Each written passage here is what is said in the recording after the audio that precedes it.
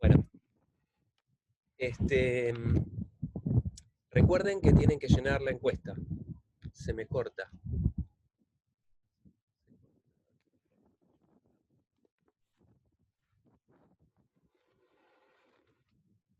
¿Se escucha? Ahora sí, bien. Entonces recuerden que tienen que llenar la encuesta de evaluación docente, ¿sí? No se olviden que es obligatorio. Y es algo que no depende de nosotros los docentes. Si no están inscritos, después no figuran en las actas. Así que acuérdense de hacer la encuesta. Y la clase de hoy empezamos una seguidilla de 3 clases, la de hoy y las 2 de la semana que viene, donde mi objetivo es tratar de compensar un poco lo que estuvimos viendo hasta ahora, donde si bien llevamos el curso desde una perspectiva fenomenológica, en el sentido de que fuimos construyendo una teoría, pero siempre con un vínculo muy cercano con resultados experimentales. La seguidilla de clases que empieza hoy está destinada a mostrar o esbozar un poco el aspecto experimental del área de física de partículas, ¿sí? Ahora que tenemos un modelo estándar y que entendemos más o menos eh,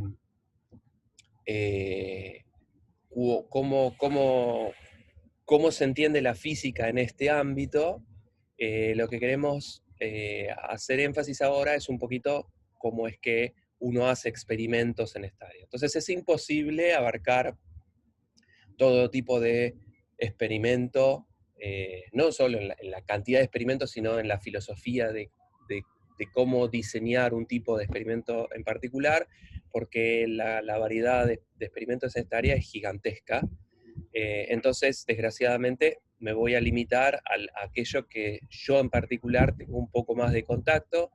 eh, entonces, lo que les voy a contar no es que es importante este, eh, per se, sino que voy a tratar de darles ejemplos del tipo de cosas que un experimental en esta área tiene que manejar, con qué herramientas tiene uno como físico experimental en esta área, ¿sí? Entonces, el objetivo de la clase de hoy es contarles cómo es que interactúan las partículas con la materia. ¿Por qué? Porque si uno quiere entender o hacer un experimento de todas las cosas que nosotros estuvimos viendo a lo largo del curso, necesitamos poder detectar cualquier tipo de partícula. Entonces, para detectar una partícula, uno necesita saber cómo es que una partícula eventualmente interactúa con un detector. Entonces, lo que necesitamos saber es de qué herramientas nos podemos valer para generar un detector, y para eso uno necesita saber cómo es que interactúan las partículas con la materia de un detector, ¿sí? Entonces, bueno, como de costumbre vamos a hacer un breve resumen de lo que vimos en la clase pasada. Lo que vimos en la clase pasada tiene que ver con lo que llamamos el tema de oscilaciones de neutrinos. Y arrancamos planteando lo que se llama el problema de los neutrinos solares. Lo que vimos es que el Sol es una gran fuente, entre otras cosas, de neutrinos, porque el Sol es un sistema gaseoso en un régimen de altas presiones y alta energía, en el que el hidrógeno, por ejemplo, que está constituido por protones, puede fusionarse con otros átomos de hidrógeno, y eventualmente los protones pueden hacer decaimientos beta dando neutrones. Entonces eso es lo que explicaría cómo es que el hidrógeno se fusiona en helio. Y esos decaimientos beta son una fuente de neutrinos de muy alta energía. Entonces el Sol continuamente está fabricando cantidades copiosas de neutrinos. Una fracción de ellos, de lo que tenga que ver con el ángulo sólido, nos llega a nosotros, y el flujo de neutrinos solares es gigantesco. Entonces uno puede hacer un modelo teórico en función de las cosas que uno sabe del Sol, y predecir cuál es el número de neutrinos que nos debería llegar. Entonces a un curioso le podría interesar hacer un experimento y ver si eso efectivamente es así. Y oh casualidad, durante 40, 50 años, todos los experimentos que se estuvieron haciendo eran consistentes entre sí y mostraban un déficit importante en el número de neutrinos. O sea, si los modelos predicen una cierta cantidad de neutrinos generados en el Sol, lo que uno medía típicamente era un tercio de esos neutrinos. Pero a fines del año pasado se hicieron experimentos un poco más refinados, donde además de los experimentos ser sensibles a neutrinos de electrón, también eran sensibles a los neutrinos de otros tipos, por ejemplo de muón y de tau. Y lo interesante es que el número de neutrinos de electrón que debería emitir el Sol es igual a la cantidad de neutrinos de las tres clases de electrón, de muón y de tau que uno observa en estos experimentos. Entonces, el problema de los neutrinos solares se resuelve diciendo que la cantidad de neutrinos que llegan del Sol a la Tierra son los que tienen que llegar, pero con la salvedad de que los neutrinos que genera el Sol son solo neutrinos electrónicos, pues son decaimientos beta, y en el viaje, sin interactuar con nada, mágicamente esos neutrinos deciden cambiar de familia. Entonces este fenómeno se puede explicar si uno piensa que si uno considera que los neutrinos de electrón, de tau y de muón, que son los neutrinos físicos, que son los autoestados de la interacción débil, si no fuesen autoestados del hamiltoniano, o sea, si los autoestados del hamiltoniano, los estados estacionarios de neutrinos fuesen otros, entonces un neutrino de electrón sería una combinación lineal de los autoestados del hamiltoniano, y la evolución temporal de ese estado, el neutrino electrónico, como no es un estado estacionario, eventualmente puede mutar a las otras especies. Y eso lo vimos con esta propuesta de Pontecorvo y Gribov la clase pasada. Y entonces, observando la frecuencia con la cual los neutrinos cambian de familia, de neutrino a electrón a muón y viceversa, uno puede hacer una cuenta y darse cuenta que esa probabilidad la puede definir en términos de las diferencias de masa entre los neutrinos autoestados del hamiltoniano. O sea que si los neutrinos tienen masa y los autoestados del hamiltoniano y los autoestados de la interacción débil no son lo mismo, entonces los neutrinos deberían oscilar. O sea que la probabilidad de tener un neutrino debería cambiar en función de la distancia que recorre. Y esas oscilaciones de neutrinos fueron medidas a principios de este siglo, y son una demostración de que los neutrinos tienen masa. Al día de hoy, esas masas se conocen que son del orden del electronvolt, es más, menor que 2 o 3 electronvolts, pero no se sabe con mucha precisión cuál es la masa, y en realidad lo que uno mide son diferencias de masas. ¿Sí? Y típicamente les comenté que este tipo de neutrinos, este tipo de experimentos con neutrinos son complicados porque los neutrinos tienen una sección eficaz muy baja de interacción, entonces uno para acumular una estadística suficiente para poder llegar a una conclusión tiene que correr típicamente durante mucho tiempo un experimento, típicamente años.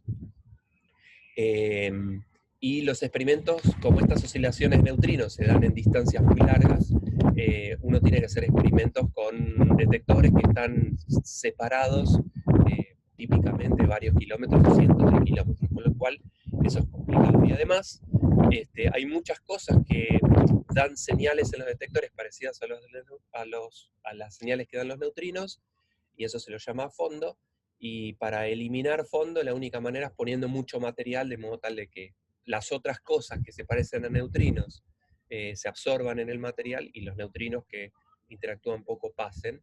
Entonces el blindaje, lo que se llama blindaje, que requiere mucho material, es una cosa complicada para este tipo de experimentos. Muy bien, entonces eso es un breve resumen de lo que vimos la clase pasada. Entonces, la clase de hoy queremos ver cómo interactúan las partículas con la materia. Entonces, el objetivo del área experimental de física de partículas es detectar e identificar qué tipo de partículas uno genera por distintos mecanismos. Entonces, una noción importante es la de la estabilidad de una partícula. Y vamos a ver el por qué. Entonces, recuerden que una partícula relativista tiene un factor relativista gamma, que es 1 sobre la raíz de 1 menos beta cuadrado, donde beta es el cociente de la velocidad de la partícula y la velocidad de la luz. Entonces, uno podría calcular cuál es, y además cada partícula tiene una vida media. Ya habíamos discutido en distintas instancias del curso qué es la vida media. La vida media, vuelvo a repetir, es el lapso de tiempo que, en promedio, una partícula tarda en decaer.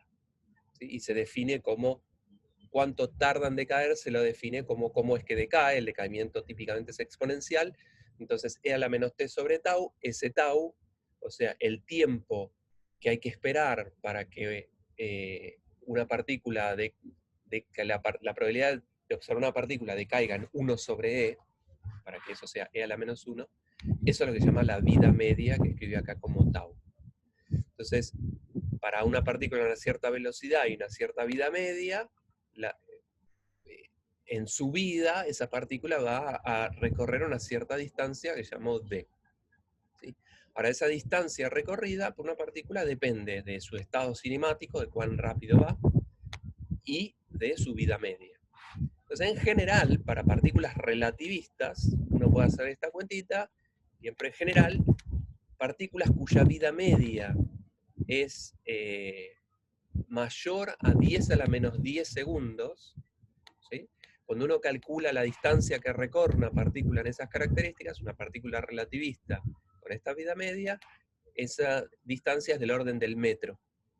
Entonces, si uno, por algún motivo, generase una partícula de materia oscura, y esa partícula de materia oscura tuviese una vida media más chica, que 10 a la menos 10 segundos, entonces recorrería una distancia que quizás no es lo suficientemente grande para alcanzar un detector. Entonces, por más que yo haya fabricado esa partícula, nunca interactuó con mi detector, entonces eventualmente nunca la voy a poder observar. Entonces, uno llama a las partículas se les puede dar el nombre arbitrario de estables a aquellas partículas cuya vida media es lo suficientemente larga como para que se propague una distancia macroscópica de modo tal de poder interactuar con un detector. ¿Está bien? Entonces, en este sentido, habiendo definido que es una partícula estable, una partícula que se propaga a una distancia macroscópica, solo podemos detectar, o sea, solo pueden interactuar con un detector aquellas partículas que son estables. ¿Sí? Y no hay muchas partículas estables. Son el electrón, el muón, el protón, el neutrón, iones, gluones, fotón y eventualmente los neutrinos. Y no hay más. Entonces, que de las miles de partículas fundamentales, de las miles de las partículas que hay, dados compuestos de quarks y demás, solo muy pocas partículas entran dentro de esta clasificación de estables y que uno puede detectar de manera directa. Y a modo de ejemplo puse este grafiquito, una medición, se escucha un poco de viento, no tengo dónde refugiarse más. Y adentro están mi esposa dando clase y mis dos hijos en sus respectivas clases también. Tapo acá. ¿Se escucha bien ahí? ¿Mejor? Ok. Bueno, entonces, como decía, el gráfico que muestro acá es, fíjense que es la medición de la vida media de un muón. Y lo pongo acá porque este fue un experimento que hicieron unos estudiantes en laboratorio 5, con los materiales que hay. Y como les dije, el decaimiento, la vida media es un proceso, hay partículas, hay muones que viven un poco más, un poquito algunos muones que viven menos, por eso se llama vida media, algunos, no todos viven lo mismo, pero la dependencia es un decaimiento exponencial. Entonces fíjense, esto está en escala logarítmica en el eje Y, y esto es una función lineal en escala logarítmica, o sea, es un decaimiento exponencial. Y han medido la vida media del muón con una precisión del 1%. ¿Sí? Y cuando uno quiere graficar una exponencial, no hay nada mejor que medir una vida media y graficarla. ¿Sí? Bueno, entonces, lo que vamos a ver, espero que en lo que dura la clase de hoy, son 4 tipos distintos de interacción de una partícula con la materia. El primero, muy brevemente, lo voy a mencionar, es lo que se llama el multiple scattering, y que todas las partículas cargadas sufren este problema, más que algo beneficioso.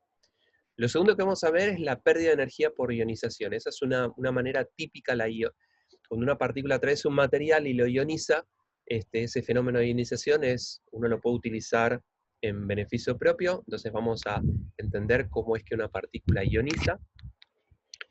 El otro mecanismo es lo que se llama el Bremsstrahlung, que quizás lo vieron en física 4, se llama radiación de frenado, lo vamos a ver en un ratito, y afecta a partículas cargadas.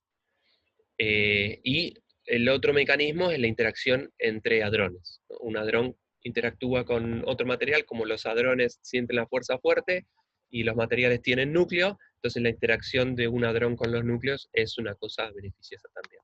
Estos son los 4 tipos de interacciones que vamos a considerar el día de hoy, ¿sí? El primero, el multiple scattering, en realidad es un problema, no es algo que uno pueda utilizar en su propio beneficio, y el motivo es que es un proceso estocástico, un proceso aleatorio, en el que una partícula que incide sobre un material con una cierta densidad eventualmente puede deflectarse por colisiones, ¿no?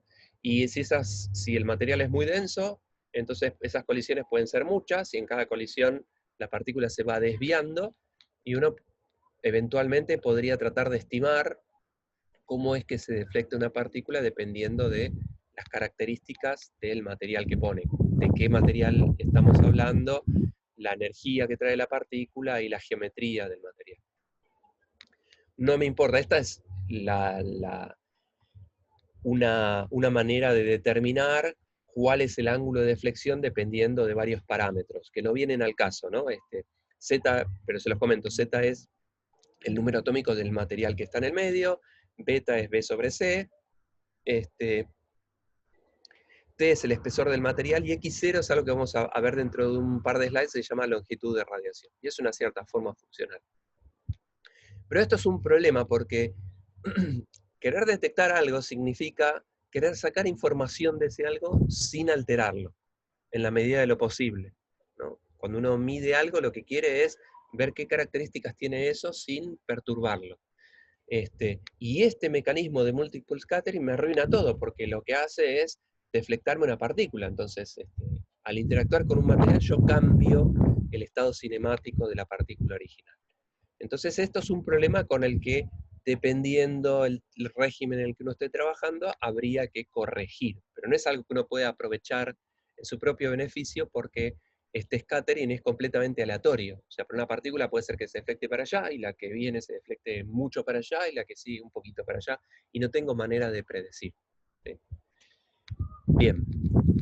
El segundo mecanismo que vamos a ver es lo que tiene que ver con lo que yo llamé ionización, que en particular es la interacción entre una partícula cargada y un medio, ¿sí?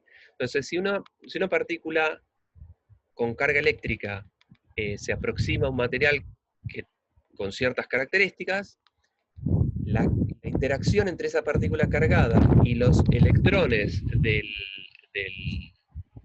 de los átomos que constituyen a mi medio, este, hay una interacción, y si mi partícula es muy energética, lo que ocurre es que eh, la partícula, al atravesar el medio, ioniza. ¿Ioniza qué significa? Que forma iones.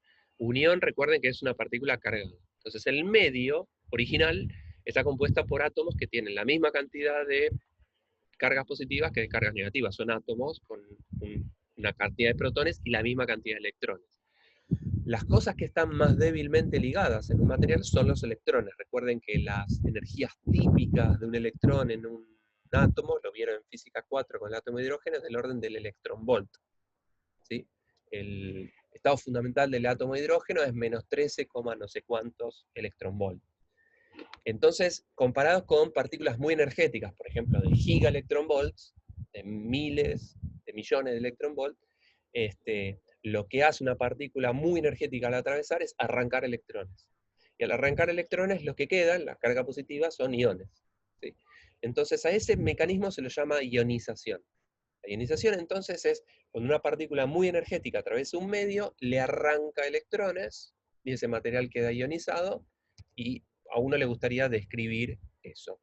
Por suerte hubo dos tipos que se llamaban Bethe y Bloch, que describieron una ecuación que describe, valga la redundancia, correctamente la pérdida de energía por ionización. O sea, lo que llamo d a dx, cuánta energía pierde la partícula original que atraviesa el medio en función de la distancia que recorre. X es cuánto recorre. D a dx es entonces la pérdida de energía cuando una partícula atraviesa un material.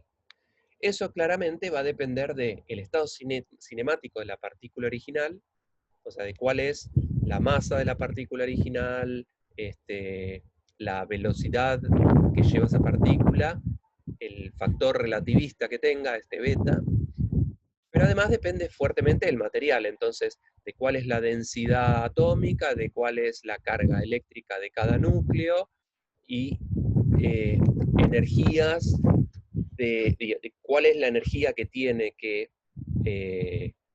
recibir un electrón para desligarse del núcleo en el átomo en el que está, y eso se lo llama el potencial de ionización. Bueno, esto es una fórmula complicada, no viene al caso ver de dónde es que surge, pero hay una descripción de cuánta energía pierde una partícula al atravesar un material por ionización. ¿Sí? Esta fórmula funcional que acabamos de escribir, que se llama la fórmula de Bethe-Bloch, uno la puede graficar para distintos materiales, y eso es lo que está graficado en este plot. ¿Sí? Es d a dx en el eje y en función de beta gamma, en función de la velocidad, de una variable que da cuenta de la velocidad, ¿sí? O de la energía. Y esto está hecho, hay varias curvas, que la diferencia entre cada una de estas curvas es el material que atraviesa. ¿Sí? O sea, si tengo una partícula que atraviesa un determinado material, para distintos materiales son cada una de estas curvas. ¿Sí? Y lo que uno observa es que a velocidades bajas, cuando por ejemplo, acá en el eje X está beta gamma. Gamma, recuerden que es el factor relativista, y beta es B sobre C. O sea, esto es algo que depende de la velocidad de la partícula original. Y fíjense que cuando la velocidad es pequeña, la pérdida de energía por ionización es muy grande. O sea, si la velocidad que lleva la partícula es pequeña, ioniza muy rápidamente y pierde mucha energía. Claro, si tengo poca velocidad, entrego la mayor parte de la energía que tengo en ionizar un electrón y ya está, perdí mucha energía. ¿Sí? Cuando la velocidad es muy grande, hay un crecimiento en la pérdida de energía que es un poco más lento que a bajas energías. ¿Sí?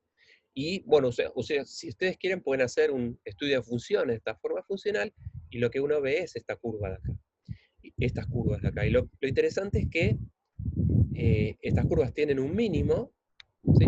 Y ese mínimo es prácticamente independiente del material. ¿Sí? Tengan en cuenta que esto está en escala logarítmica, en el eje Y y en el eje X. ¿Sí? Pero fíjense que las curvas estas tienen un mínimo más o menos en el mismo valor. Por ejemplo, este eje es el momento de un muón. ¿Sí? O sea, para un muón con energías, con momentos del orden de los 200 megaelectronvolts, ¿sí? La pérdida de ionización, el d a dx, cuánta energía pierdo al atravesar un material, es mínima. ¿Sí? Y es muy chiquitita, ¿no? Qué sé yo, del orden de un megaelectronvolt. O sea, para un muón de 200 megaelectronvolt, pierde del orden de un megaelectronvolt en un cierto material. ¿Sí? Así como uno lee este plot. Lo interesante es que Este mínimo es el mismo para todos los materiales y a ese valor uno lo llama MIP, ¿no? Que se llama Minimum Ionization Particle. Entonces existe un cierto momento de la partícula original para el cual la pérdida por ionización en un material es mínima, y en particular muy pequeña, ¿sí? Por ejemplo, para un muón de 10 gigaelectronvolt, entonces vengo a esta escala, este eje X representa el momento de un muón, para 10 gigaelectronvolt, o sea, en este valor, me fijo en hierro, por ejemplo. Hierro es esta curva, es más o menos acá, pierde 2 megaelectronvolt por gramo por centímetro cuadrado. Entonces un muón de 10 GeV pierde por centímetro cuadrado por gramo de hierro una fracción muy pequeña, 2 MeV de 10 GeV es muy poquitito, ¿sí? No está en este régimen de mínima ionización, pero pierde poca energía. Entonces, en general, una partícula muy energética va perdiendo energía, pero depende de qué partícula estamos hablando. En el caso del muón es una partícula muy penetrante y pierde muy poquita energía al atravesar un material, ¿sí? Entonces, ¿cómo podemos utilizar eh, esta manera que tiene una partícula cargada de interactuar con un material para nuestro propio provecho, para generar un detector? Entonces lo que vimos es que, lo que acabamos de ver en la slide anterior, es que una partícula cargada, con carga eléctrica, cuando atraviesa un material, lo ioniza. ¿Sí? Si lo ioniza, entonces deja una traza, una trayectoria que indica por dónde es que pasó. Entonces, si de alguna manera yo pudiese en mi detector sensar dónde están los átomos ionizados, entonces yo podría decir la partícula, pasó una partícula y pasó por acá, ¿sí? Ahora, yo quisiera hacer eso de modo tal de no alterar el estado cinemático que tiene la partícula original. ¿Sí? Lo que yo quiero es que la pérdida de energía al atravesar el material sea lo más chiquitito posible, ¿sí? Eso me va a determinar qué tipo de material y qué geometría es la que voy a tener que considerar, ¿sí? Y otra cosa importante es que para ver por dónde es que pasó una partícula, voy a tener que medir muchos puntos, ¿sí? Y de alguna manera voy a tener que establecer algún mecanismo, algún algoritmo para decir, este punto lo tengo que juntar con este punto lo tengo que juntar con este, para reconstruir una trayectoria. Entonces, los mecanismos más utilizados para utilizar esta herramienta de la ionización de una partícula en un material es utilizar semiconductores, típicamente el silicio. El motivo por el cual se usa mucho el silicio es porque el silicio es muy barato, la arena es muy barata, por lo menos al día de hoy, y es muy liviano, ¿no? El silicio es un material liviano, entonces como tiene poca masa, eso hace que la interacción, que la pérdida que imprime sobre la partícula que incide es pequeña. Otro mecanismo utilizado es lo que se llama tiempo de deriva, cuando en realidad una partícula cargada ioniza un gas. Y eso lo vamos a ver un poquito más adelante. Estos dos mecanismos, que son muy utilizados en experimentos actuales con semiconductores y la ionización en gas, lo vamos a ver hoy. Y hay otros tipos de detectores, se llaman centelladores, que no se los voy a comentar. Les digo brevemente, un centellador es un material que cuando una partícula lo atraviesa emite luz, lo que se llama luz de centelleo, y entonces si uno colecta esos fotones y cuenta cuántos fotones, bueno, puede de alguna manera inferir con qué energía incidió la partícula que generó esos fotones. No lo vamos a ver el día de hoy. Entonces, vamos a hablar sobre estos detectores de silicio. A ver, ¿un centellador es lo mismo que un fotomultiplicador? No. Un centellador es un material que cuando una partícula lo atraviesa, lo que hace esa partícula es excitar electrones de un átomo sin ionizar, ¿no? O sea, lo excita, ¿sí? Y ese electrón después decae a un nivel fundamental, se desexcita, y en esa desexcitación emite un fotón que tiene una longitud de onda bien definida que depende del material, depende de cómo son los niveles de energía. Entonces, un centellador es un material que reacciona emitiendo fotones de una longitud de onda determinada. Ahora, esos fotones en general son pocos, y entonces lo que uno tiene que hacer para detectar esos fotones es multiplicarlos, ¿sí? O sea, es poner un mecanismo que le dé ganancia, una alta ganancia a ese sistema. Entonces se utiliza lo que se llama, al centellador se le adosa un objeto que se llama fotomultiplicador, que lo que hace es multiplicar la carga, transforma fotones en carga eléctrica, en electrones, y lo que hace es multiplicar esos electrones con un mecanismo complicado, con un mecanismo que se llama, con un mecanismo de cascada. Hay distintos tipos de fotomultiplicadores. Lo que hace es multiplicar la carga de modo tal de tener una señal grande, ¿sí? Y, ok, genial. Y entonces el centellador se le adosa un fotomultiplicador para tener una señal medible. Porque típicamente estas señales ya amplificadas son del orden del milivolt, con lo cual sin amplificar uno tendría que medir nanovolts y eso es algo medio difícil de hacer. ¿Sí? Bueno, entonces volvamos a los detectores de silicio. Entonces supongamos que tengo un cacho de silicio, por decirlo de una manera coloquial, ¿no?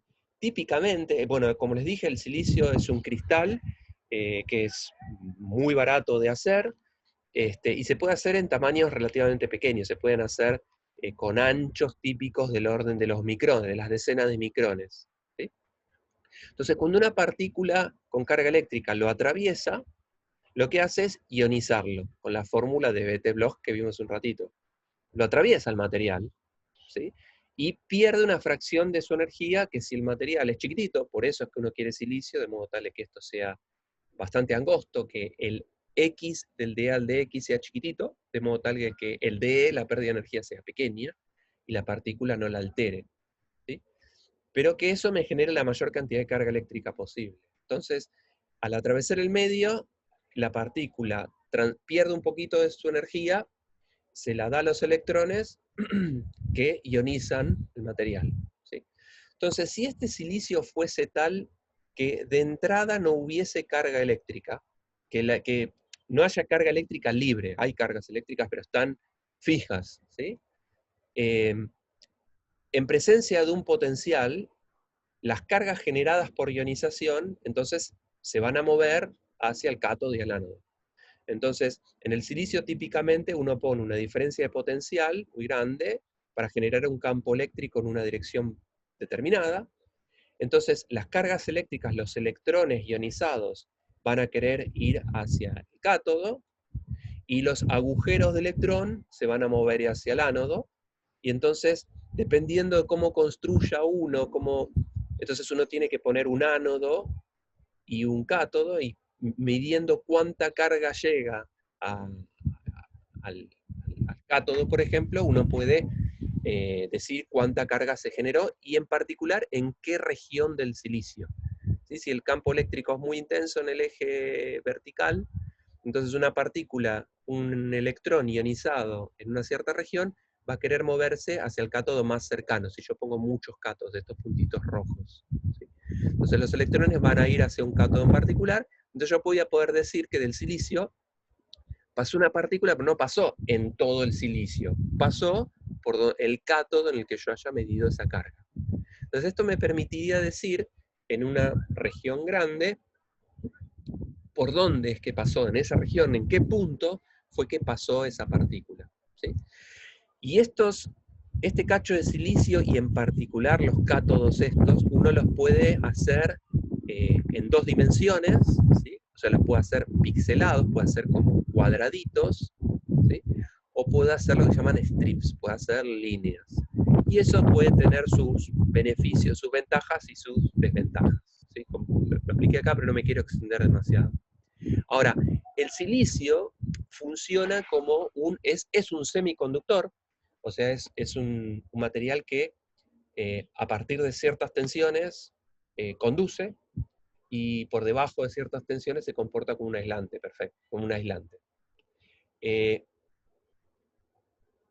Ustedes vieron diodos en algún laboratorio, en el laboratorio 3 por lo menos, y en el laboratorio 5 eventualmente, y uno tiene lo que se llama la tensión de Bias, ¿no? Si esa tensión es positiva, pone el semiconductor en el estado conductor, y si esa tensión es negativa, lo pone en el estado aislante, ¿sí? Esa tensión negativa se llama, no, lo voy a llamar reverse bias voltage. Entonces, si yo pongo un diodo con una tensión muy negativa, se comporta como un aislante, y eso lo que me está diciendo es que no tiene carga, y si hay una carga eléctrica, esa no se va a querer mover. Entonces, cualquier carga eléctrica que aparezca tiene que ver con algo que le haya ocurrido al silicio, y no es una carga inherente del silicio. Entonces, el silicio, en este modo diodo de tensión muy negativa, se comporta como un aislante perfecto, de modo tal que si no le pasa nada a ese silicio, yo no debería medir ninguna carga eléctrica. ¿Sí? Entonces, si midiese carga en algún lugar, es porque algo ionizó. ¿Sí? Bien. Podría estar hablando un montón de esto, pero me parece que con eso es suficiente. Entonces, ahora que vemos que un cachitito de silicio que funcione como un diodo me permite decir por dónde, por qué región de ese pedacito de silicio pasó, yo lo que podría hacer es poner muchas capas de silicio. ¿Sí? Podría poner capas concéntricas. Imagínense que estos circulitos que están acá son capitas de silicio. Cada una de estas curvaturas es una capa que tiene silicio. ¿Sí? Entonces, si yo pongo muchas capitas de silicio, cada una de ellas, si pasa una partícula cargada, representada con esta línea continua, esa partícula cargada va a ionizar el silicio, entonces yo voy a poder decir en el silicio, mi detector pasó una partícula en este punto, otro detector me va a decir pasó una partícula en este punto, otro detector me va a decir pasó en este punto, y así sucesivamente. Y voy a tener una colección de puntos. Entonces, si yo por algún algoritmo puedo fitear una curva que una esos puntos, esa va a ser la curva que representa por dónde es que pasó la partícula original. Entonces, poniendo muchos de estos detectores, en cada uno de ellos yo voy a ver lo que se llama un hit, un impacto de la partícula incidente, y ahí yo puedo reconstruir por dónde es que pasó. Si yo pongo además un campo magnético B, en este caso es en el plot en el dibujo de la izquierda, el campo magnético es perpendicular a la hoja, entonces por la fuerza de Lorentz, una partícula cargada se va a deflectar dependiendo de cuán intenso sea este campo magnético. Entonces, en general, a estos detectores de silicio uno los sumerge en un campo eléctrico uniforme en una determinada dirección, de modo tal de controlar cuánto es que se deflecta esta partícula. ¿Sí? Entonces, este gráfico de la izquierda muestra justamente la deflexión de la partícula en un campo magnético perpendicular al plano de este dibujo, y el plano que está, el dibujo que está a la derecha, lo muestra en el plano paralelo al campo magnético. O sea, el campo magnético va en esta dirección, que llame Z, la partícula no sufre ninguna deflexión en Z, entonces en principio mantiene una trayectoria la que tenía, movimiento rectilíneo uniforme. Entonces, si mi detector, si mi conjunto de detectores de silicio me permiten a mí censar puntitos en el espacio por donde yo colecté carga eléctrica, producto de la ionización, entonces yo puedo fitear estas curvas, y de ese fit yo puedo establecer una relación entre la curvatura, el radio de curvatura, el campo magnético, y ese radio de curvatura y el campo magnético están relacionados con el momento de la partícula, por la ley de Lorentz. Entonces, midiendo con qué ángulos y con qué radios de curvatura eh, medí esta trayectoria, dado un campo magnético que yo conozco, entonces puedo inferir cuál es el momento de una partícula. Entonces, en resumen, poniendo capas de silicio que lo que hacen es recibir ionización cuando una partícula energética los atraviesa, pero de modo tal de quitarle la menor cantidad de energía posible, ¿sí? Uno puede reconstruir la trayectoria de una partícula y eso me permite a mí inferir cuál es el momento de una partícula, el P, el Px, Py, Pz. Entonces tengo 3 de las 4 componentes de mi cuadrivector, y si yo conozco el cuadrivector de una partícula, yo ya sé cuál es su energía y su momento. O sea, no necesito más información que eso. Entonces esto me permite obtener 3 de las 4 magnitudes importantes para describir el estado de una partícula. ¿Sí? Estos detectores son de los detectores en el área más interesante desde el punto de vista tecnológico. Entonces acá ven un dibujito, esto es el sensor, este es el silicio, bueno, esto en particular son píxeles, entonces tiene un montón de puntitos. Estos píxeles típicamente pueden tener tamaños del orden del micrón, y uno puede poner muchos, y esto es muy barato de hacer. Bueno, muy barato, es barato de hacer. Después hay que ponerle la electrónica, ¿no? Uno tiene que poner los cátodos y los ánodos para cada uno de estos píxeles, y tiene que leer las señales, tiene que alimentar con para poner este silicio en este modo diodo con una alta tensión, eh, para que, esté en el modo aislado, que funcione como un aislante, y tiene que además medir cuál es la carga que mido en cada uno de estos píxeles, ¿sí? Entonces, típicamente estos detectores tienen un tamaño de una decena de centímetros y son cosas bastante angostitas y tienen mucha electrónica muy interesante. Entonces, ahora que tengo uno de estos llaman módulos, uno puede poner un montón de modulitos, como se ve acá a la derecha, de cosas que pueden ser píxeles o pueden ser con líneas, en vez de píxeles con los geometrips, y poner muchas capas de estas cosas, así construir un detector como este tipo de acá, que este es el detector de silicio de un experimento en el que trabajamos la Universidad de Buenos Aires y otras 50 universidades más, se llama Atlas, que tiene 100 millones de canales independientes. Entonces fíjense que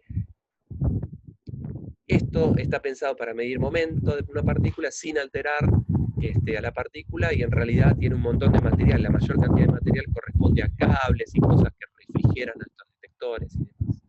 Y con este tipo de detectores uno puede reconstruir trayectorias de partículas que se crean en una colisión. Bien, entonces lo que les acabo de contar es el principio de funcionamiento, el principio de interacción de una partícula con un material, que es la ionización. Cuando una partícula muy energética a través de un material, eventualmente puede arrancarle electrones a ese material. Esos electrones, entonces, los interpreto como ionización. Si yo pudiese colectar esa carga y medirla, podría decir por dónde es que pasó esa partícula. Y uno de los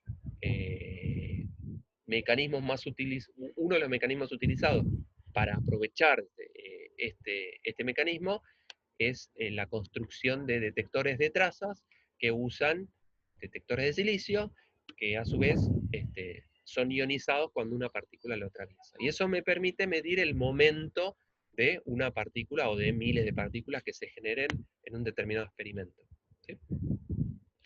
Bien, vamos a otro mecanismo de interacción de una partícula con la materia, que tiene que ver con la interacción en particular de electrones y fotones con la materia.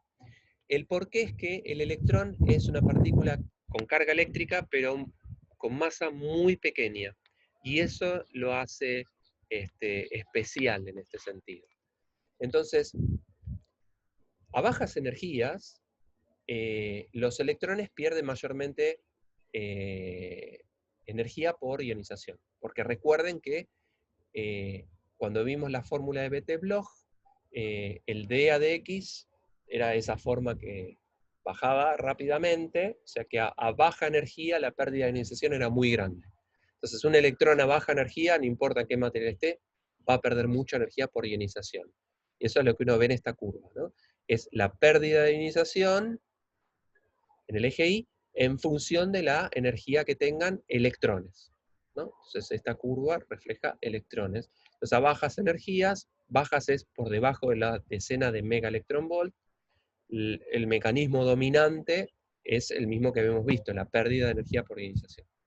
Ahora, a partir de una cierta energía, ¿sí?, que en este caso es del orden de la decena de 10 megaelectronvolts, el mecanismo dominante de pérdida de energía es otro, ya no es más la ionización. Es lo que se llama Bremsstrahlung, que es una palabra alemana que significa radiación de frenado. Y tiene que ver con el hecho de que un electrón con suficiente energía, al encontrarse con carga eléctrica, se puede deflectar, y en esa deflexión pierde energía y emite un fotón, ¿sí? Entonces, a esto se le llama radiación de frenado porque el electrón pierde momento, porque deflecta su trayectoria, ¿sí? Y para perder momento lo que hace es emitir un fotón, ¿sí? Y así es como radia, emite radiación y se va frenando. La energía crítica, o sea, la energía a partir de la cual empieza a dominar el Bremsstrahlung, esta radiación de frenado, por encima de la ionización que vimos antes, típicamente esa energía crítica es del orden de 800 MeV dividido el número atómico del medio que me provee estos núcleos, ¿sí?, del material que atraviesa el electrón, ¿sí? Ahora, en los experimentos actuales, típicamente las energías, los electrones que uno tiene son bastante energéticos, tienen energías mayores o mucho mayores que el gigaelectronvolt, con lo cual está en este régimen de Bremsstrahlung, ¿sí? O sea, la energía no es MeV, sino 1000 MeV, que es 1 gigaelectronvolt. Entonces, la pérdida de energía para un electrón en experimentos típicos es predominantemente radiación de frenado, ¿sí?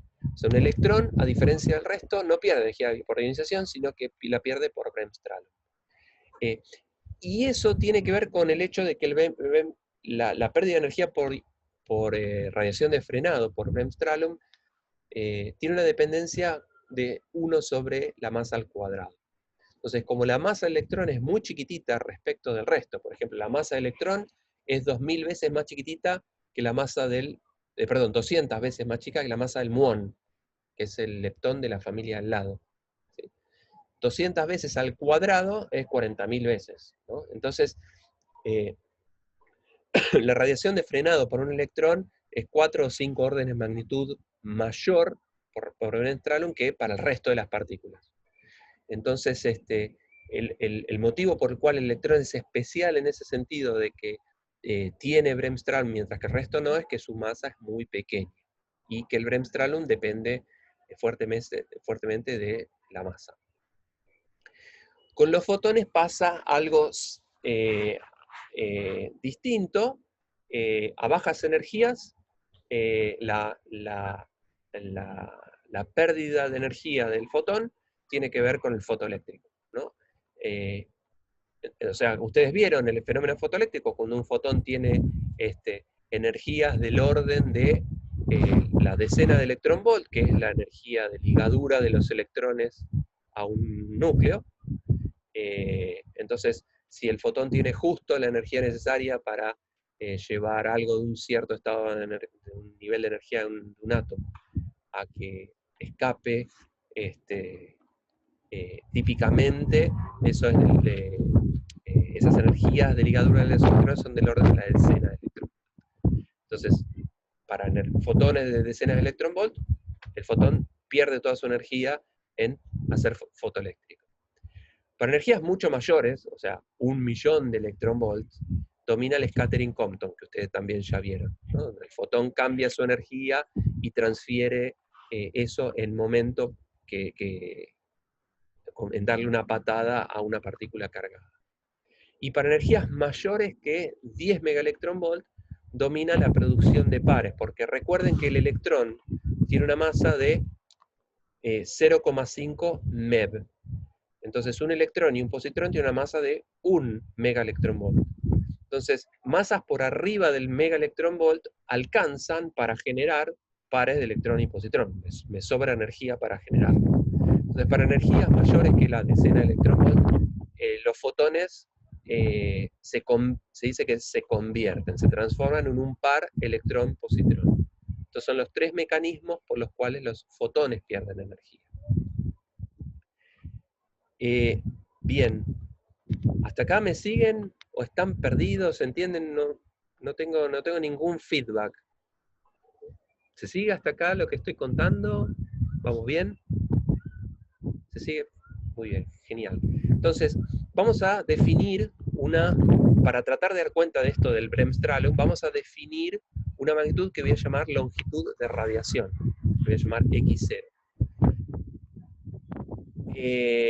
Entonces, voy a definir esta longitud de radiación como la distancia media para la cual un electrón pierde una energía en un factor 1 sobre E. Pensando que la pérdida de energía de un electrón es un decaimiento exponencial, entonces, ¿qué distancia tiene que atravesar un electrón para que su energía decaiga en un factor 1 sobre E? A eso lo voy a llamar longitud de radiación. ¿Sí? En el caso de los fotones, en vez de ser la definición que acabo de decir para electrones, es la distancia media en la que un fotón se transforma en un par electrón-positrón. A eso lo voy a llamar longitud de radiación. ¿Sí? O sea, ¿cuánto tiene que recorrer un fotón en un material para transformarse en un par electrón-positrón? A eso lo voy a llamar longitud de radiación para un fotón. Resulta ser que la longitud de radiación uno la puede estimar, no sé cómo, de dónde surge esta fórmula, pero ya hace mucho tiempo que alguien determinó cuál es en un medio material, cuánto tiene que recorrer un electrón, un fotón para que pase esto, y depende claramente del material. ¿Sí? Entonces, uno podría calcular cuál es la longitud de radiación, o sea, cuánto tarda un electrón, qué distancia tiene que recorrer un electrón en un cierto material, por ejemplo el hierro, de modo tal de que la energía de ese electrón decaiga en 1 sobre E. ¿Sí? En el caso del hierro, por ejemplo, esa longitud de radiación es del orden del 2 centímetros, 1,8 centímetros. En el caso del plomo, la longitud de radiación es 0,6 centímetros. Entonces esto está interesante porque uno puede pensar en términos de longitudes de radiación y después decir, bueno, si lo que tengo es hierro, plomo, distintos materiales, esa longitud de radiación se transforma en longitudes físicas, en tamaños de mi detector, que dependen del material que yo ponga. Pero entonces yo puedo pensar en términos de esta longitud de radiación y volverme independiente del material. ¿Sí? Entonces, como dijimos, como la definición de longitud de radiación es qué distancia x0 es lo que llamé longitud de radiación, qué distancia tengo que recorrer de modo tal de que la energía de un electrón decaiga en 1 sobre E, es justamente esta ecuación diferencial, ¿no? O sea, si dA de x entonces va a ser menos E sobre x0, ¿no? Si E a la menos E sobre x0, cuando la energía es x0, mi energía decayó en 1 sobre E, exactamente. ¿Está bien? Entonces, en términos de esta longitud de radiación, la pérdida de energía en función de la distancia recorrida va como menos la energía sobre esta longitud de radiación. ¿Sí? Bien. Entonces, podemos con esto tratar de entender qué es el concepto de lluvia electromagnética. ¿A qué me refiero con eso? Supongamos que tengo un electrón con una cierta energía, ¿sí?, que incide sobre un material, ¿no? Entonces, en términos de lo que acabo de decir, si en el eje X yo pongo unidades de longitud de radiación, o sea, este es mi electrón, este borde es mi material. A una longitud de radiación, o sea, cuando x0 vale 1, cuando el electrón atravesó una longitud de radiación, entonces su energía decae en 1 sobre E, ¿sí? O sea, lo que hace es Bremsstrahlung, justamente, porque recuerden que esta es la pérdida de energía por Bremsstrahlung, por radiación, ¿sí? Entonces el electrón pierde un fotón, emite un fotón, y ese electrón perdió un poco de energía y tiene un poco menos de energía, ¿sí? Ahora, Este electrón, cuando recorre otra longitud de radiación, o sea, cuando está en x0 igual a 2, hace exactamente lo mismo. Decae otra vez, emite un fotón, y el electrón este perdió energía. Cuando ese electrón atraviesa otra longitud de radiación, vuelve a ocurrir lo mismo. Ese electrón pierde energía y emite un fotón que se lleva la energía que perdió. Cuando recorre este último electrón una distancia x0, otra vez lo mismo. Entonces esto, y los fotones lo mismo, cuando el fotón recorre una longitud de radiación, se transforma en un par electrón-positrón. ¿Sí? Y ahora este electrón y este positrón, cuando recorren una longitud de radiación, otra vez emiten un fotón cada uno. Entonces, como ven, lo que ocurre es que en cada longitud de radiación, la partícula inicial se duplica. En promedio, cada una de estas, pongámosle que tienen la mitad de la energía cada una. Entonces, en una longitud de radiación ahora tengo 2 partículas, en 2 longitudes de radiaciones ahora tengo 4 partículas, después tengo 8, después tengo 16. ¿Sí? Entonces, la energía promedio que tenga cada una de estas partículas va a ser la energía original dividido 2, porque se bifurcan en 2 partículas, en promedio cada una la misma, y la distancia que hayan recorrido. Entonces, una partícula original genera lo que se llama una lluvia. ¿Sí? Se va transformando, se va duplicando en fotones, electrones y positrones, cada uno de ellos con una energía menor. En promedio, la mitad de la que tenía la partícula original. Entonces, en mi detector yo voy a tener una lluvia de partículas, ¿sí? Pero de energía menor cada una. ¿Qué energía en promedio? La energía original dividido 2 a la x, donde x es la distancia que haya atravesado la partícula original. ¿Sí? Bien, resulta ser que cuando la energía que tiene cada una de estas partículas está por debajo de esa energía crítica, lo que yo había llamado energía crítica, que es a partir de cuánto domina el Wemstralum, cuando la energía de cada una de estas hijas, vamos a llamar, partículas hijas, es menor que la energía crítica, va perdiendo energía en algún momento, va a tener una energía menor que la crítica, entonces ya no domina más Wemstralum y la partícula pierde energía por ionización. Y recuerden que cuando el electrón pierde energía por ionización, la pierde muy rápido, ¿no? Esto es lo que hemos visto en este gráfico. Cuando pierde energía por ionización, pierde muchísima energía. Si pierde mucha energía, eventualmente se frena ese electrón y queda absorbido en el material.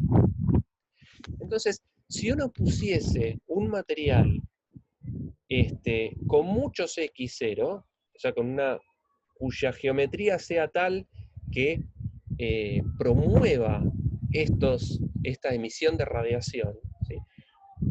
Para una cierta cantidad de x ceros, los electrones y los positrones tendrán una energía menor que la crítica, y cuando tienen menor que la crítica, ioniza el material, esos electrones se absorben en el material. Entonces, con esto lo que puedo hacer es frenar completamente el electrón original. Lo que voy haciendo es, lo voy frenando, lo freno de nuevo, hasta que llega un momento que la energía de todos sus hijitos es muy pequeña, y no ya no, ni siquiera se frenan, sino que entregan toda su energía para ionizar el material y muere ahí. Entonces esta es una manera de frenar un electrón. Entonces yo pudiese medir en un dispositivo como este la energía, la cantidad de carga colectada, eso sería representativo de cuál fue la energía original que tenía este electrón. ¿Sí? A modo de ejemplo, para poner esto en números, la energía crítica en el plomo, o sea, es del orden de 10 megaelectronvolt. O sea, electrones por arriba de 10 megaelectronvolt pierden energía mayormente por Bremsstrahlung. Pero electrones con energías menores que 10 megaelectronvolt pierden energía dominantemente por ionización. Entonces, si uno tiene un electrón de 100 gigaelectronvolt, ¿cuánta distancia tengo que atravesar de modo tal de frenarlo completamente? De modo tal de llegar a que su energía sea 10. Entonces recuerden que la energía en promedio es sobre, o sea, el X máximo es maximizar esta relación. Entonces yo pongo 100 gigaelectronvolt como la energía inicial de la partícula y 10 megaelectronvolt la energía crítica a partir de la cual ya no hay más Bremsstrahlung y se frena completamente. Eso me dice cuál es el X máximo, o sea, cuántas longitudes de radiación tengo que poner. ¿Sí? Entonces, en el caso del del plomo, hicimos esas cuentitas, el X máximo nos dio 13X0. Y el X0, 13X0, el X0 del plomo era 0,6, lo puse en el slide anterior, creo, si no me equivoco. Sí, acá está. El X0 del plomo es 0,6, la longitud de radiación. ¿Cuánta distancia tiene que atravesar un electrón para perder un tercio de su energía? Sí, eso en el plomo es 0,6 centímetros. Entonces 13X0 son 10 centímetros. Significa que si yo pongo 10 centímetros de plomo, freno completamente un electrón de 100 gigaelectronvolts.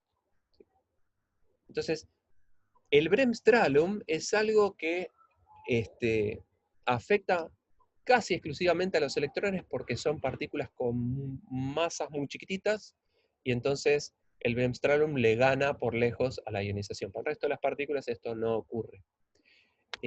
Entonces uno puede utilizar esto para frenar completamente un electrón y medir su energía. O sea, si yo pongo suficiente material, lo que hago es frenar completamente por radiación de frenado un electrón, y si mido la carga total generada, puedo, calibrando, determinar cuál era la energía del electrón original. ¿Sí? Entonces esto es algo que uno puede utilizar a su provecho para medir la energía. Recuerden que con el mecanismo anterior de ionización y en los detectores de silicio podíamos medir el momento. Entonces con esto yo podría medir la energía. Entonces con los detectores de silicio mido el momento, eso es una medición, y con esto, con el bremsstrahlung, yo puedo medir la energía y con eso tengo el cuadrimomento de la partícula, del electrón. ¿Sí? Sobre eso no voy a hablar. Entonces uno puede construir lo que se llama un calorímetro electromagnético. Un calorímetro electromagnético es lo que acabo de comentar acá. Esto es la idea, el principio de funcionamiento de un calorímetro. Un calorímetro es un dispositivo que lo que hace es medir energía depositada. ¿Sí?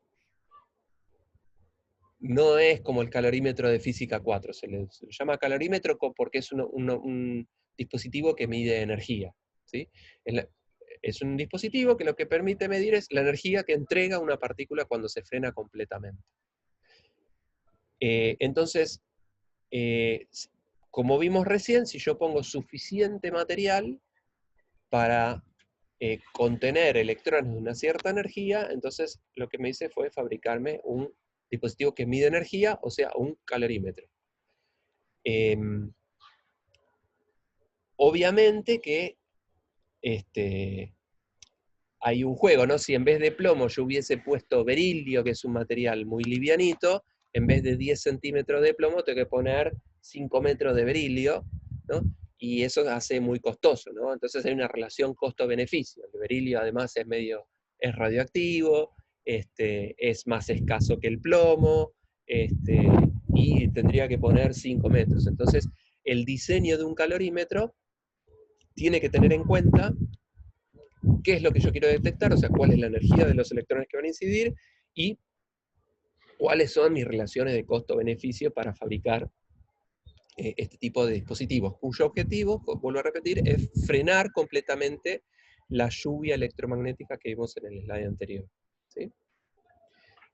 A modo de ejemplo, hay un experimento que se llama CMS, que es un experimento que está en el Gran Colisionador de Hadrones, que tiene un calorímetro electromagnético, tiene varios miles de cristales de tungsteno. El X0 de tungsteno es muy parecido al del plomo, y lo que hacen es poner muchos cristalitos, ¿no? O sea, aumentar lo que se llama la granularidad del detector, ¿sí? Que no sea un gran calorímetro gigantesco, porque cuanto más grande, menos voy a saber dónde es que pasó el electrón. A mí me gustaría saber dónde, en particular, la energía y dónde fue que la dejó. Entonces uno pone muchos cristalitos, cada uno de estos cristales es lo suficientemente grande en términos de X0 para frenar la lluvia, y pongo muchos de estos cristalitos, entonces yo puedo, si mido señal acá y nadan los vecinos, significa que el electrón que frene lo frené acá. Y le puedo medir la energía y puedo decir en dónde es que depositó su energía ese electrón. Puedo decir la energía y dónde es que la dejó. ¿Sí? Esa es una información útil. Bien, los calorímetros son de muchos tipos distintos, pero una primera clasificación importante es si los calorímetros son homogéneos o no. ¿Qué significa que un calorímetro sea homogéneo? Que todo el volumen de mi calorímetro genera señal, ¿sí? Por ejemplo, en el caso de los cristalitos de tungsteno que les mostré en el slide anterior, cuando viene un electrón, todo el material interactúa con el electrón, va generando una lluvia, entonces después pongo un PMT, fotomultiplicador, porque estos son centelladores, entonces ese electrón va generando electrones y fotones que generan luz, y colecto la luz, midiendo cuánta luz tengo, puedo inferir cuál es la energía del electrón o del fotón que incidió. Pero lo importante acá es que todo el material mide, ¿sí? Y a eso se lo llama un calorímetro homogéneo. La ventaja que tiene es que todo el material actúa como instrumento de medición. Todo el material colecta energía, ¿sí? La desventaja que tiene es que no sé dónde es, yo colecto la energía de todo mi bodoque, pero no sé dónde es o cómo fue que fue entregando energía esa lluvia, ¿sí? Entonces hay otro tipo de calorímetros que se llaman calorímetros de sampleo. Un calorímetro de sampleo es aquel en el que no toda la región del detector mide. Entonces, lo que hace un detector de sampleo es intercala detector que mide energía, y después algo que no mide energía y lo que hace es frenar las partículas, ¿sí? Entonces, uno pone un detector que mide la energía y algo que lo frene, entonces en general lo que mide son los centelladores como antes, u otros materiales, lo que llama el medio pasivo, que lo que hace, no mide, pero frena a mi partícula, y en general uno lo que pone son materiales pesados. La desventaja que tiene esto, claramente, es que hay porciones de mi detector que no miden nada. La ventaja que tienen es que aquellas regiones de detector que sí miden, me permiten, dado que, que yo estoy intercalando cosas que me frenan a mis partículas, están favoreciendo la lluvia, me permite a mí ver cómo es que va depositándose la energía a medida que el electrón atraviesa el material. Entonces, esto, pagando el costo de que no todo mi material mide energía, con lo cual tengo que calibrar mi energía muy bien, que parte de la energía se deposita en una cosa que no mide, pero la ventaja que tiene es que me va dando información de cómo es que se va depositando esa energía. Entonces me da información de cómo es esa lluvia, y eso puede llegar a ser en ciertos experimentos algo muy importante, ¿sí? Bien. Finalmente, el último mecanismo de interacción importante es la interacción de hadrones con la materia, ¿sí? Entonces, como vimos antes, los hadrones, si tienen carga eléctrica, pierden energía por ionización, como vimos antes. Pero los hadrones, además, interactúan vía la fuerza fuerte con los núcleos. O sea, si uno tiene un hadrón, por ejemplo, un pión, al atravesar un medio material, ese pión ve al protón y al neutrón de los núcleos, pero los protones y los neutrones están hechos de quarks. Entonces hay interacción entre los quarks de un hadrón y los quarks de los protones y neutrones del material. Y esa es interacción vía la fuerza fuerte, ¿sí? Esta interacción entre hadrones se puede caracterizar de la misma manera que vimos para el bremsstrahlung, ¿sí? Entonces, los hadrones, pensemos en un pión que tiene un quark y un antiquark. Cuando pasa cerca de un protón, ve que hay ciertos quarks, y a los quarks eventualmente esos quarks interactúen emitiendo gluones.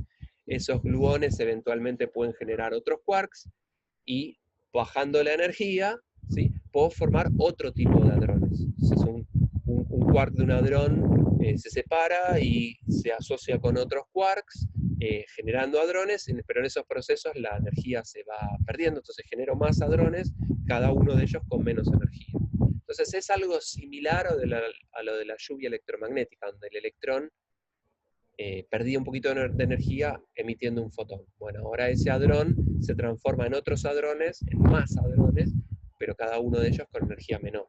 Entonces también la interacción fuerte entre quarks genera una lluvia de hadrones que se puede también describir de una manera análoga a lo que hicimos con la longitud de radiación. Entonces uno puede definir lo que se llama la longitud de radiación de la interacción fuerte, que es la distancia promedio entre interacciones nucleares. ¿Sí? Y típicamente la longitud el equivalente a la longitud de radiación para la interacción fuerte es un orden de magnitud más grande que la longitud de radiación electromagnética. ¿Sí? O sea que un hadrón interactúa con un núcleo en distancias que típicamente son 10 veces más grandes que la distancia en la que un electrón pierde su energía y emite un fotón. ¿Sí? Lo interesante de estas interacciones hadrónicas es que no son exclusivamente interacciones fuertes. Porque, por ejemplo, supongamos que uno de los hadrones generados fuese un pión, un pisero. Y recuerden que el pisero es un estado UU barra DD barra. ¿Sí? Y eventualmente el U y el U barra se podrían aniquilar en un fotón, y el D y el D barra se pueden aniquilar en otro fotón. Habíamos visto que el decaimiento del pisero a 2 fotones era dominante. El 99% de las veces el pisero decae en 2 fotones. Pero los fotones son partículas ahora electromagnéticas. O sea que pasé de, de una partícula compuesta por quarks los quarks se aniquilaron y generaron un fotón a partículas electromagnéticas.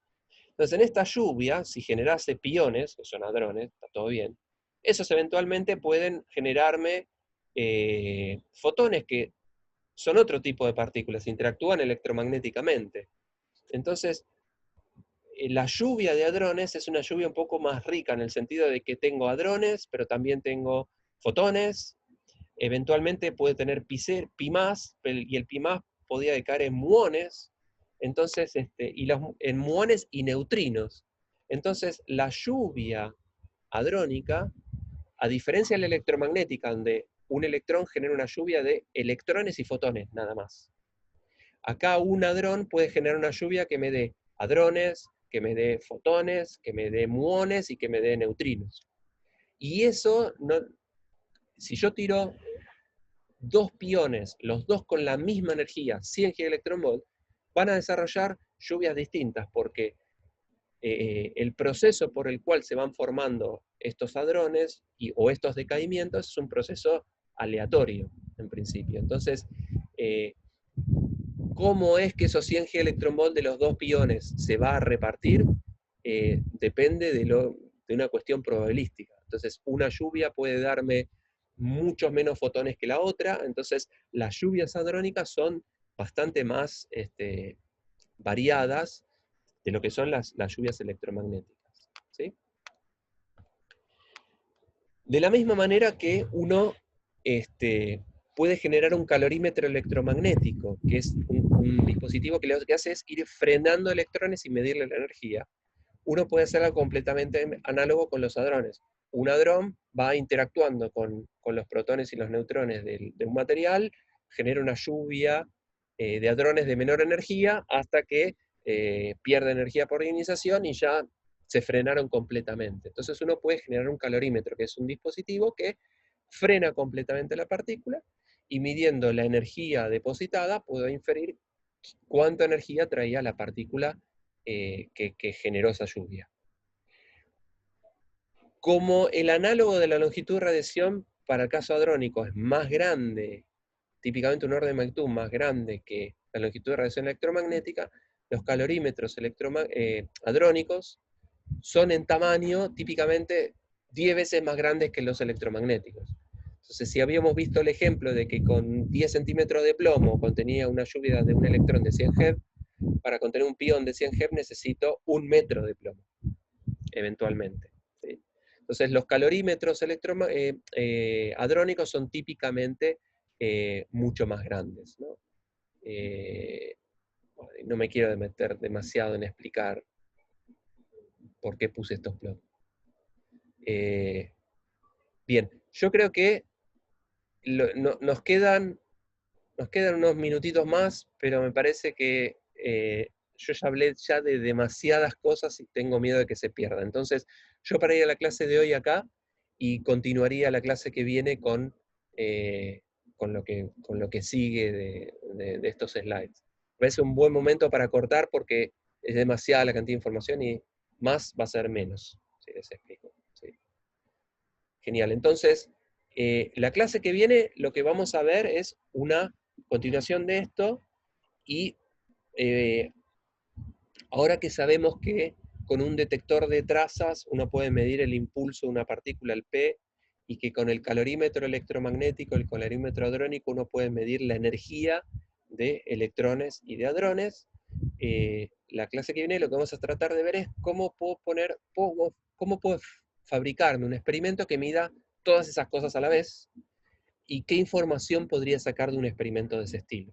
O sea, vamos a hablar de ya no del principio de interacción de una partícula con la materia, ni de detectores aislados en particular, sino de cómo combinar este tipo de cosas que estuvimos viendo para fabricar un experimento que mida algo en particular. ¿Sí? Eh, y la clase siguiente lo que vamos a hacer es ahora, cuando hayamos entendido cómo funciona un detector que tenga todos los ingredientes que estuvimos viendo en la clase de hoy, qué, qué tipo de experimentos uno puede hacer con esos detectores. ¿Sí? Y el ejemplo que voy a utilizar para eso es para ver cómo uno puede hacer una medición con estos detectores. Lo que les voy a contar es cómo fue que se descubrió el bosón de Higgs de manera experimental. ¿Sí? Bien, bueno, eso es lo que vamos a ver la semana, el viernes y el martes que viene. Entonces, ponemos una pausa acá, continuamos la clase que viene, entonces si aprovechamos, si tienen alguna duda de lo que les comenté hoy, me pueden aprovechar y preguntarme ahora.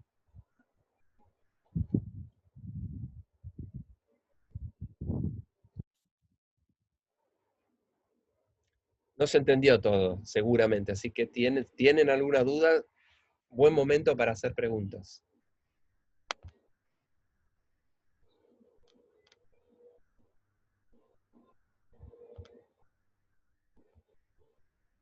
¿No? Bueno, será la vez que viene entonces. Bueno, no sé, Matías, si quieren hacer un intervalo, Dale, hacemos 10 minutos y arrancamos la práctica. genial.